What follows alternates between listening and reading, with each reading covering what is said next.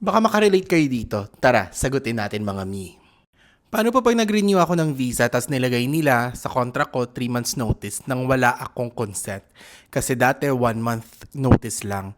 Need ko ba sundin yung 3 months or pwede kahit 30 days lang? There are 3 things na dapat mong gawin. First, kailangan mong i-check kung may communication ba ang company sa inyo bago ka mag-renew ng contract. That means WhatsApp, email, call, dapat meron silang announcement bago nila baguhin ang contract ninyo. Second, dapat mong i-check ang policy and procedure ng company. Baka nagbago or nagbago ang management. Kaya nagpagdesisyonan na ganito ang gawin sa mga contracts.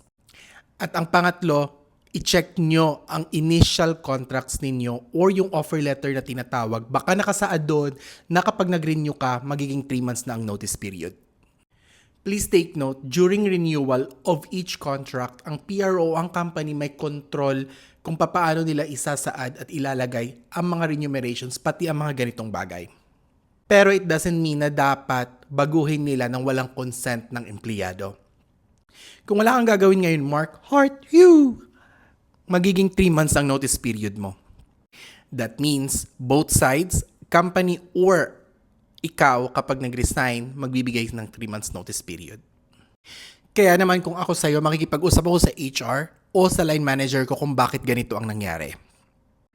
At kapag wala naman, maaari mo namang i-request na ibalik sa 1 month notice. O siya, sana nakatulong. Bye-bye!